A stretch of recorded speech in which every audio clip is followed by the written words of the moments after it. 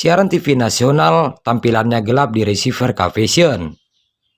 Menanggapi beberapa pertanyaan dari sahabat Reza Hajar Official yang mengalami siaran TV nasionalnya gelap seperti Indosiar, SCTV, Trans 7, Trans TV, Antv yang tampilan layarnya gelap atau bertuliskan E22 seperti ini ya. Sementara untuk kualitas sinyalnya ada. Di sini kita informasikan saat ini untuk TV nasional tentunya sahabat harus mengaktifkan paket ya, dimulai dengan paket Sling. Yang mana siaran nasional ini di Cavision sama seperti siaran MNC Group menjadi siaran premium.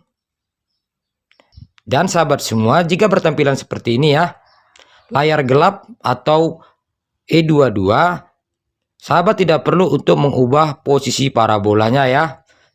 Jadi ini bukan masalah dari parabolanya ataupun berubah untuk